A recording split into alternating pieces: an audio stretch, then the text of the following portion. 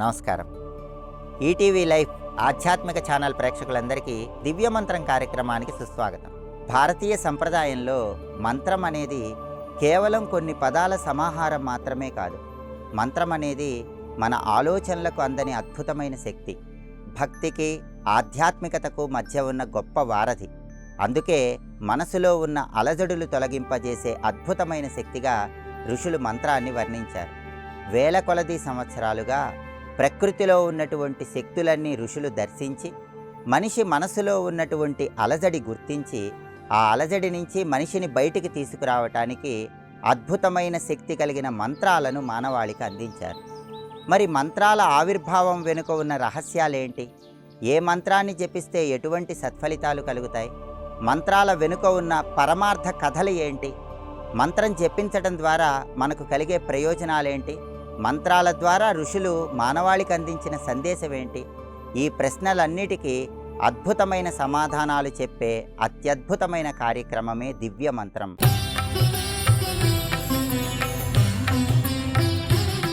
ఈ దివ్య మంత్రం కార్యక్రమం ద్వారా ప్రతిరోజు ఒక మంత్రం గొప్పతనము, ఆ మంత్రాన్ని జపిస్తే కలిగే సత్ఫలితాలు, ఆ మంత్రం నుంచి మనం నేర్చుకోవాల్సిన సందేశం గురించి పరిశీలిద్దాం.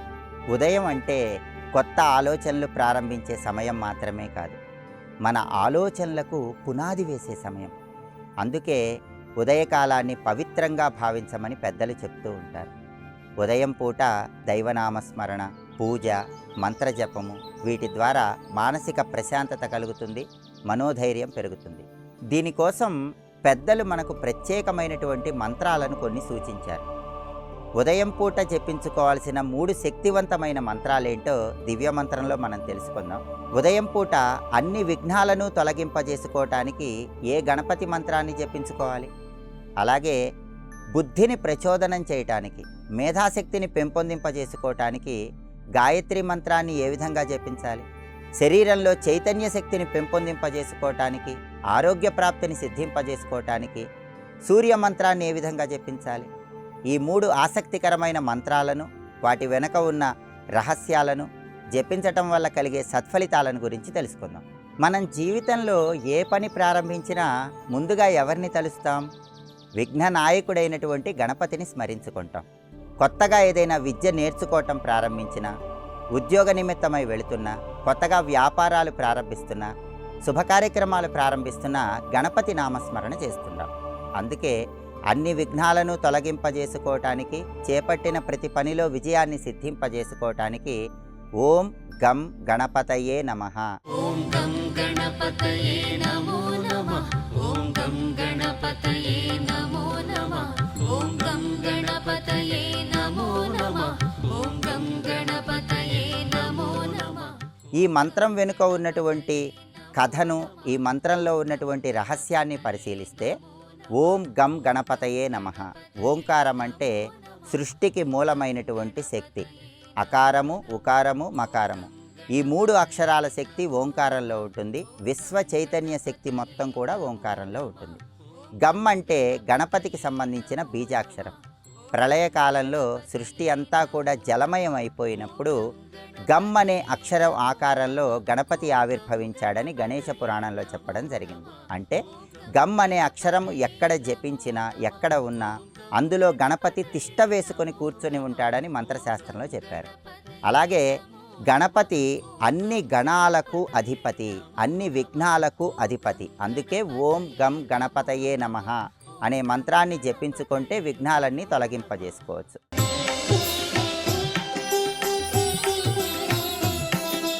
అయితే గణపతి విఘ్నాలన్నిటికీ ఎలా అధిపతి అయ్యాడో గణేశ పురాణంలో ఒక అద్భుతమైన కథ చెప్పడం జరిగింది. ఒకసారి గణపతి, సుబ్రహ్మణ్య స్వామి వీళ్ళిద్దరిలో ఎవరు గొప్ప అని ఒక పోటీ వచ్చింది. అప్పుడు పార్వతీ పరమేశ్వరులు ఈ భూమండలం మొత్తం కూడా ఎవరైతే ముందుగా 3 సార్లు చుట్టి వస్తారో వాళ్లే గొప్ప, వాళ్ళకి విఘ్నాధిపత్యం ఇస్తామని పలుకుతారు.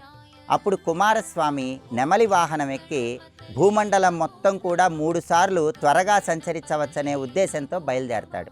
కానీ వినాయకుడి వాహనం మూషికం, ఎలుక.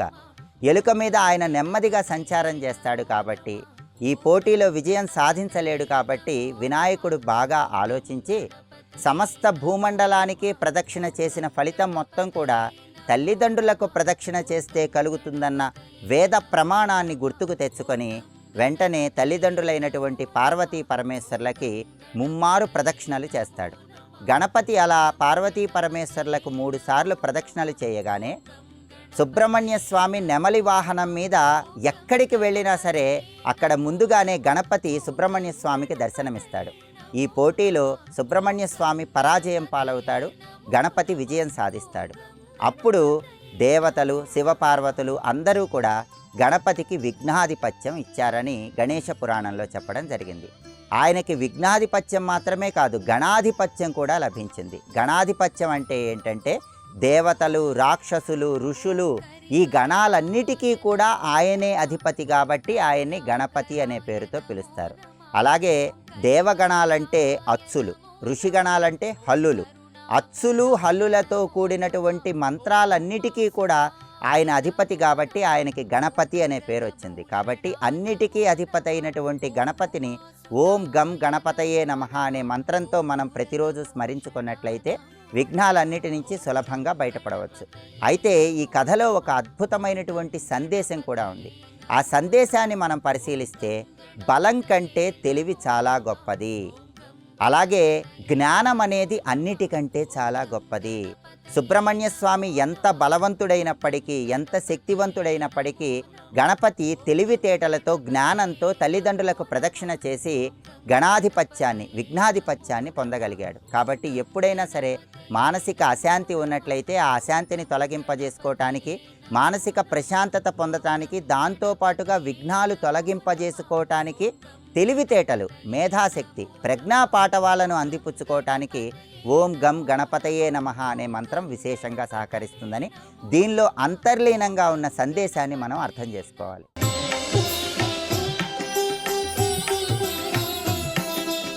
ఓం గం గణపతయే నమః ఈ మంత్రాన్ని ప్రతిరోజు జపించుకున్నట్లయితే మన సమస్యలన్నీ మటుమాయమైపోతాయని అర్థం కాదు. అయితే ఒక సమస్య ఎదురైనప్పుడు ఆ సమస్యను ఎదుర్కొనే ఆత్మవిశ్వాసాన్ని మనం పెంపొందింపజేసుకోవటానికి ఈ మంత్రం విశేషంగా సహకరిస్తుంది.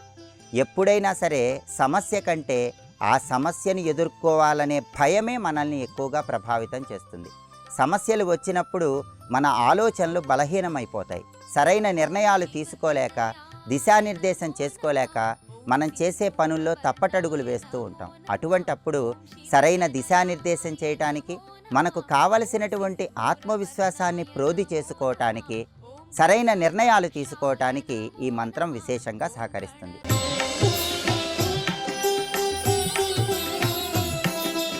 మంత్రాన్ని ఏ కాలంలోనైనా జపించుకోవచ్చు. అయితే ప్రతిరోజు ఉదయం నిద్రలేచి స్నానం చేసిన తర్వాత ఈ గణపతి మంత్రాన్ని పఠించినట్లయితే సమస్యలు ఎదుర్కొనే మనోధైర్యం కలుగుతుంది, ఆత్మవిశ్వాసం పెరుగుతుంది.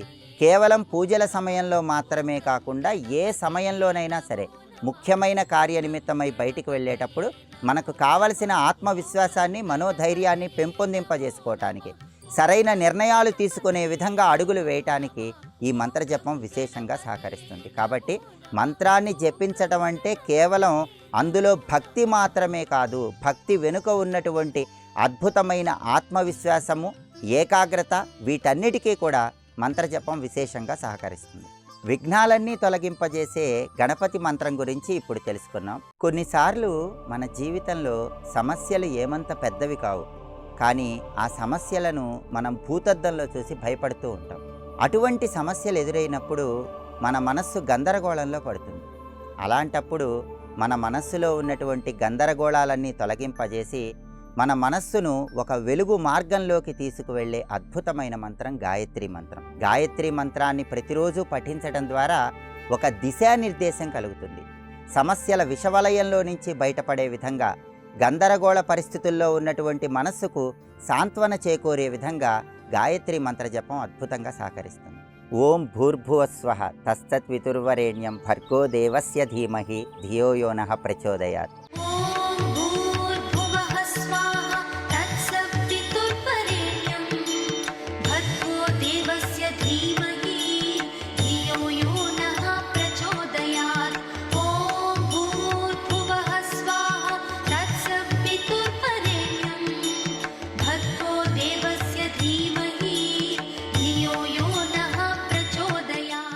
వేదమాతగా పిలువబడే గాయత్రీ మాతకు సంబంధించిన అద్భుతమైన గాయత్రి మంత్రం.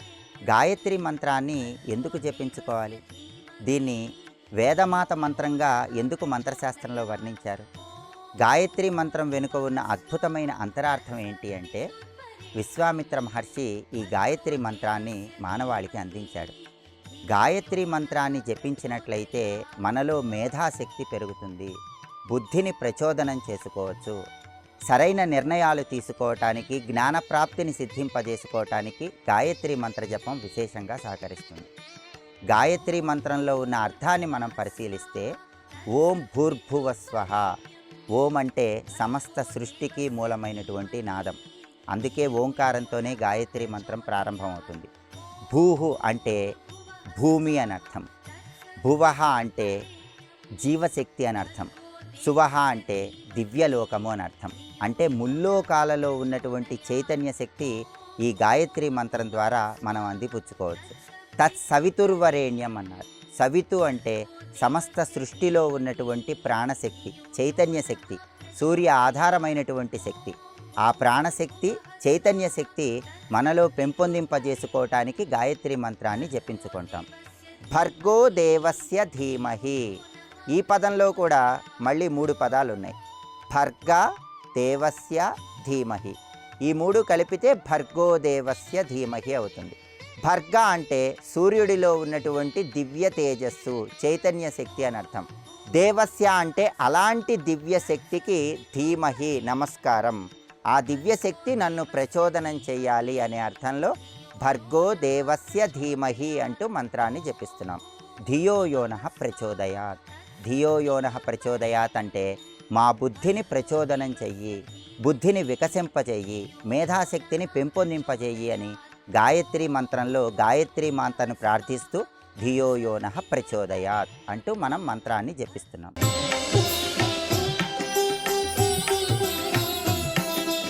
అయితే ఈ గాయత్రి మంత్రం ఎలా ఆవిర్భవించింది?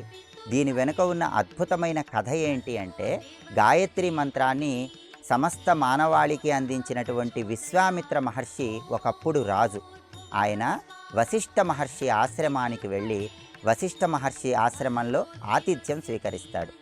అయితే విశ్వామిత్రుడికి, ఆయన పరివారానికి వశిష్ఠ మహర్షి కావలసినటువంటి అన్ని రకాలైనటువంటివి అందింపజేయగలుగుతాడు. అప్పుడు విశ్వామిత్రుడికి ఎంతో ఆశ్చర్యం కలుగుతుంది. నా పరివారం మొత్తానికి కేవలం ఒక ఋషి అయినటువంటి వశిష్ఠుడు కావలసిన పదార్థాలన్నీ ఎలా సమకూర్చాడు, ఇవన్నీ ఆయనకి ఎలా అందాయి అని ఆశ్చర్యపోతూ వశిష్ఠ మహర్షి ఆశ్రమ ప్రాంగణం మొత్తం కూడా విశ్వామిత్రుడు పరిశీలిస్తాడు. అప్పుడు వశిష్ఠ మహర్షి ఆశ్రమంలో విశ్వామిత్రుడికి కామధేనువు కనిపిస్తుంది. ఆ కామధేనువు శక్తి వల్లే వశిష్ఠ మహర్షి తనకి, తన అందరు సైనికులకి కావలసినటువంటి ఆహార పదార్థాలన్నీ సమకూర్చి ఆతిథ్యం అందించాడని, అన్ని రకాలైనటువంటి పరిచర్యలు చేశాడని విశ్వామిత్రుడు తెలుసుకుంటాడు. దాంతో వశిష్ఠ మహర్షిని, నీ దగ్గర ఉన్న కామధేనువు నాకు ఇవ్వు అని అడుగుతాడు. అయితే వశిష్ఠ మహర్షి మాత్రం కేవలం లోక కళ్యాణం కోసం మాత్రమే ఈ కామధేనువును నేను వినియోగిస్తాను, నీలాంటి రాజుకి ఈ కామధేనువును నేను ఇవ్వను అని పలుకుతాడు. దాంతో విశ్వామిత్రుడి కోపం వచ్చి వశిష్ఠ మహర్షి మీద యుద్ధం చేయాలని ముందుకు వెళతాడు. కానీ వశిష్ఠ మహర్షి తపోశక్తి ముందు విశ్వామిత్రుడు, ఆయన సైన్యం ఎంత యుద్ధం చేసినా సరే ఆ యుద్ధ నైపుణ్యం పనిచేయదు. ఆ యుద్ధంలో విశ్వామిత్రుడు, ఆయన పరివారం మొత్తం కూడా పరాజయం పాలవుతారు. అప్పుడు విశ్వామిత్రుడు, రాజ్యంలో సైనికుల శక్తి కంటే, భుజబలం కంటే తపోబలం గొప్పది అన్న సత్యాన్ని తెలుసుకొని రాజ్యాన్ని విడిచిపెట్టి అనేక వేల సంవత్సరాలు తీవ్రమైన దీక్షతో కఠోర తపస్సును ఆచరిస్తాడు.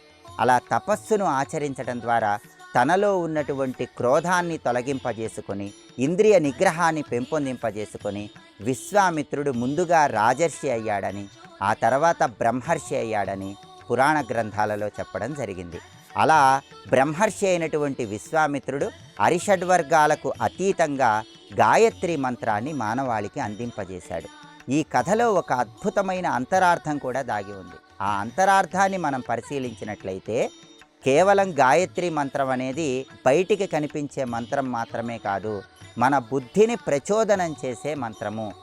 విశ్వామిత్రుడు అరిషడ్వర్గాల చుట్టూ ఉన్నప్పుడు వశిష్ఠుడి మీద యుద్ధానికి వెళతాడు. యుద్ధంలో విజయం సాధించలేకపోతాడు. కానీ అరిషడ్వర్గాలకు అతీతంగా బుద్ధిని ప్రచోదనం చేసి తపస్సు చేసిన తర్వాత వశిష్ఠుడితో సమానమైనటువంటి తపశ్శక్తిని పొందగలుగుతాడు. అంటే విజయం సాధించటం అంటే బాహ్య విషయాల మీద కాదు, అంతర్విషయాల మీద విజయం సాధించాలి. అహంకారం మీద విజయం సాధించాలి, మమకారం మీద విజయం సాధించాలి, ఇంద్రియాల మీద విజయం సాధించాలి. అలా అంతర్లీనంగా విజయం సాధించే దిశగా మనం అడుగులు వేసే విధంగా మన బుద్ధిని ప్రచోదనం చెయ్యమని గాయత్రి మాతను మనం ప్రార్థిస్తాం. అదే ధియో యో నః ప్రచోదయాత్ అనే పదంలో ఉన్న అద్భుతమైన అంతరార్థం. మాలో ఉన్నటువంటి అహంకార మమకారాలను, అరిషడ్వర్గాలను తొలగింపజేసి మమ్మల్ని సన్మార్గంలో ముందుకు తీసుకువెళ్ళమని గాయత్రి మాతను ప్రతిరోజు ప్రార్థించటమే ఈ మంత్రంలో ఉన్న అద్భుతమైన విశేషార్థం.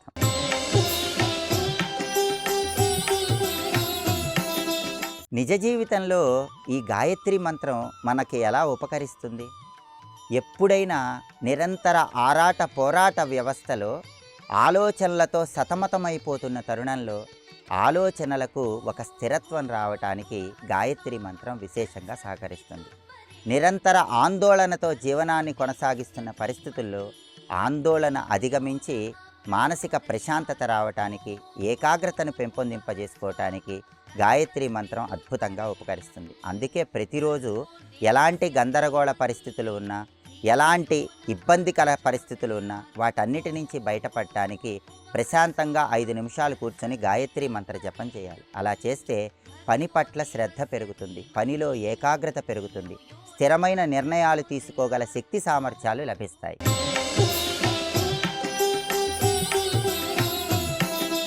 గాయత్రి మంత్రాన్ని అందరూ జపించవచ్చా అని చాలామందిలో సందేహం ఉంటుంది. అయితే గాయత్రి మంత్రాన్ని ఎవరైనా జపించవచ్చు. గాయత్రి మాత వేదమాత కాబట్టి ఏకాగ్రతను పెంపొందింపజేసుకోవటానికి, మానసిక అశాంతిని తొలగింపజేసుకోవటానికి, స్థిరమైన నిర్ణయాలను తీసుకోవటానికి గాయత్రి మంత్రాన్ని ఎవరైనా పఠించవచ్చు. మన ఆలోచనలకి దిశానిర్దేశం చేసే గాయత్రి మంత్రం విశిష్టత గురించి ఇప్పుడు మనం తెలుసుకున్నాం. ప్రతి ఉదయము చీకటిని తొలగిస్తూ ప్రపంచానికి వెలుగునిచ్చే అద్భుతమైన శక్తి, సృష్టిలో ఉన్న చైతన్య శక్తిని మానవాళికి అందించే శక్తి, అద్భుతమైన సూర్యశక్తి. సూర్యుడికి సంబంధించి అనేక మంత్రాలు మంత్రశాస్త్రంలో ఉన్నాయి. వాటిలో చాలా సులభంగా అనునిత్యము జపించుకునే ఒక అద్భుతమైన సులభమైన సూర్య మంత్రం గురించి ఇప్పుడు తెలుసుకుందాం. ఓం సవిత్రే నమః.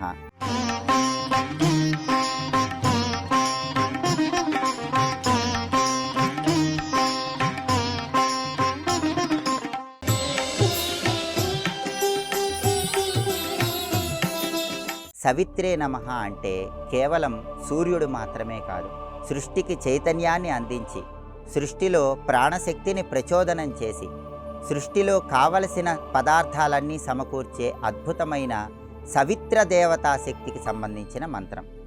ఈ సవిత్ర దేవతా శక్తి అనేది కేవలం సూర్యుడికి సంబంధించింది మాత్రమే కాదు, సూర్యమండల అంతర్భాగంలో ఉన్న అద్భుతమైన శక్తి. సూర్యమండల అంతర్భాగంలో ఉన్న ఈ సవితృ దేవతా శక్తి సృష్టిలో ఉన్నటువంటి సమస్త ప్రాణులలో, వస్తువులలో అద్భుతమైన చైతన్యాన్ని కలిగింపజేస్తోంది. ఆ చైతన్యమే మానవాళి జీవన గమనానికి కారణమవుతోంది.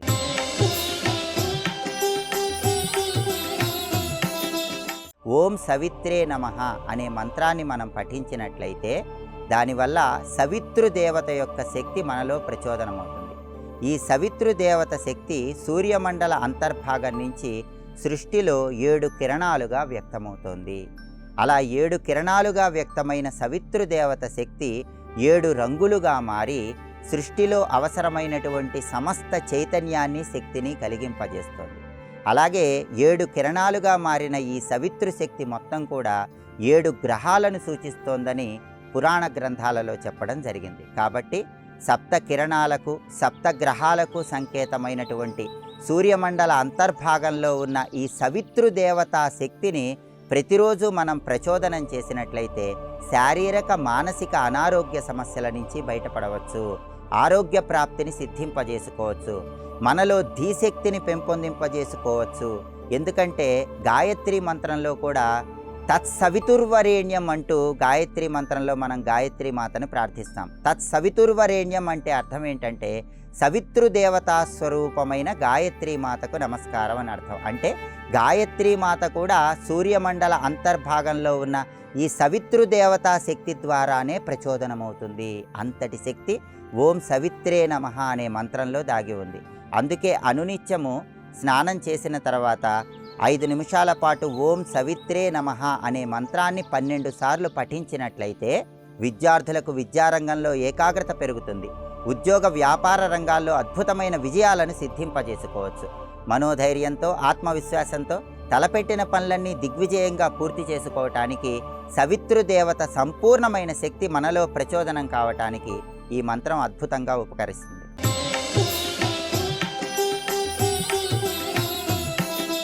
సవితృదేవతా స్వరూపమైన ఈ సూర్య మంత్రం కేవలం వేద పండితులు మాత్రమే జపించుకోవాలనే అపోహ చాలామందిలో ఉంది. కానీ స్త్రీ పురుష భేదం లేకుండా, పిల్లలు పెద్దలు అన్న భేదం లేకుండా ఎవరైనా సరే ఉదయం నిద్ర లేచి స్నానం చేసిన తర్వాత సవితృదేవతా స్వరూపమైన ఓం సవిత్రే నమః అనే మంత్రాన్ని 12 సార్లు పఠించండి. అద్భుతమైన కొత్త ఉదయానికి నాంది వాక్యం పలికి తలపెట్టిన పనులన్నీ దిగ్విజయంగా పూర్తి చేసుకోండి. ఎప్పుడు మంత్రజపం చేసినా సరే ఆ మంత్రాన్ని భక్తితో జపించాలి, నమ్మకంతో జపించాలి. అప్పుడే మంత్రజపం వల్ల చక్కటి సత్ఫలితాలు కలుగుతాయి. అలాగే మంత్రాన్ని జపించేటప్పుడు ఆ మంత్రం వెనుక ఉన్న మర్మాన్ని తెలుసుకుంటూ, ఆ మంత్ర భావాన్ని తెలుసుకుంటూ జపించినట్లయితే మంత్రం జపించటం వల్ల కలిగే అనుభూతి ద్వారా అద్భుతమైన ప్రయోజనాలు చేకూరుతాయి. ఇంకా మరెన్నో ఆసక్తికరమైనటువంటి మంత్రాలు, వాటి వెనుక ఉన్న మర్మాలు, వాటికి సంబంధించిన కథలు, వాటి ద్వారా మనం తెలుసుకోవాల్సినటువంటి విశేషాంశాలను గురించి మరొక ఎపిసోడ్లో తెలుసుకుందాం. సర్వే జనాః సుఖినో భవంతు. స్వస్తి.